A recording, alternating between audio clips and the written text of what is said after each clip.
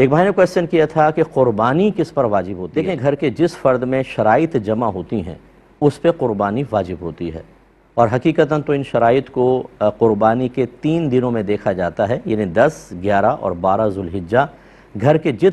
جس فرد میں یہ قربانی کی شرائط جمع ہوں گی اس پہ قربانی واجب ہوگی۔ تو یہ بھی ہو سکتا ہے کہ ایک گھر پہ ایک سال میں 10 قربانیاں واجب ہو رہی ہوں، کہیں 5 ہوتی ہیں، کبھی 4 ہوتی ہیں، اور ہم بسا اوقات ایک ہی جانور، وہ بھی گائے نہیں بکرا لا کے کہتے ہیں کہ ہو گیا بس۔ تو اس لیے شرائط سمجھ لیجئے، پہلا ہے کہ مسلمان ہونا، کافر پہ قربانی واجب نہیں۔ دوسرا عاقل و بالغ ہونا،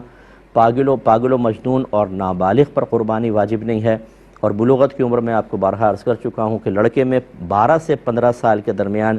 جب کبھی احتلام ہو جائے گا لڑکا بالغ ہو جائے گا، اور اگر یاد نہیں ہے تو 15 سال کے بعد تو بالغ۔ اور بچی میں 9 سے 15 سال کے درمیان بلوغت کی عمر ہے، جب کبھی احتلام ہو جائے یا حیض جاری ہو جائے وہ بالغہ ہو جائے گی، یاد نہ ہو تو 15 سال کے بعد وہ بھی بالغ۔ اس کا مطلب ہے گھر کے 15 سالہ جو بچے ہیں ان کے بارے میں بھی یہ تمام شرائط دیکھی جائیں گے۔ تو مسلمان ہونا، عاقل و بالغ ہونا، تیسرا مقیم ہونا، مسافر نہ ہو انسان، حالت سفر میں نہ ہو، اور چوتھا مالک نصاب ہونا، یعنی اس کے پاس کم از کم 7.5 تولہ سونا یا 52.5 تولہ چاندی یا اتنی مالیت کا کیش وغیرہ جو آج کل تقریباً 1,23,000، 24، 25، 30 تک آگے پیچھے ہوتا رہتا ہے، اور اتنا یا تو مال تجارت، اور یا پھر ان میں سے تھوڑا تھوڑا ہے کہ ان کو ملا لیں تو 52.5 تولہ چاندی تک پہنچ جائے،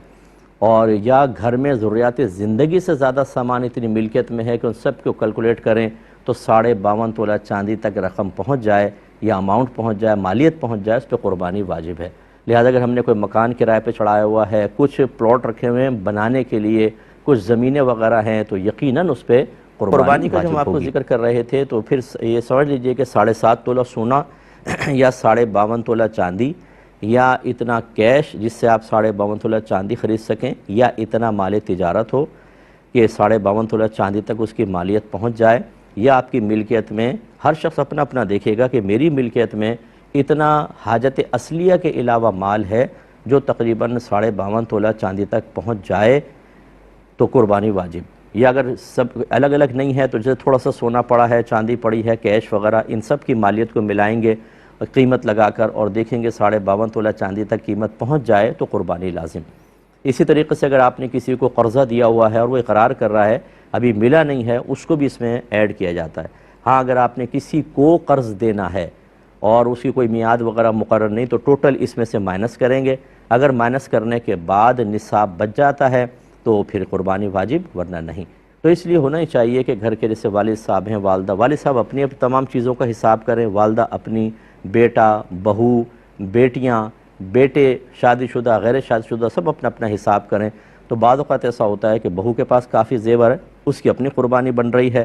والدہ کی اپنی ہے، والد کی اپنی، بیٹوں کے اوپر بن رہی ہوتی ہے،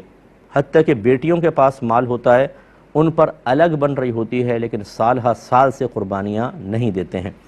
اور میں نے دیکھا ہے کہ جب قربانی واجب کرنے کا موقع آتا ہے تو پھر فوراً کہتے ہیں کہ یار یہ اللہ معاف فرمائے گا، یہ تو ہم نے پہلے کبھی مسئلے سنے ہی نہیں، یہ تو نیا مسئلہ لے کر آ گئے۔ اب ان سے پوچھیں پرانے آپ نے کتنے مسئلے سنے تھے، ذرا کتاب میں لکھ کے بتائیں، ایک ڈائری کے اندر۔ وہ مسئلے سنے نہیں ہوتے، اور جو صحیح مسائل ہوتے ہیں ان کو سننے کے بعد چونکہ پہلے ہم نے سیکھے نہیں ہوتے تو اجنبی محسوس ہوتے ہیں، تو اس کا بعض اوقات انکار سا کر دیتے ہیں، اور یہ مناسب نہیں۔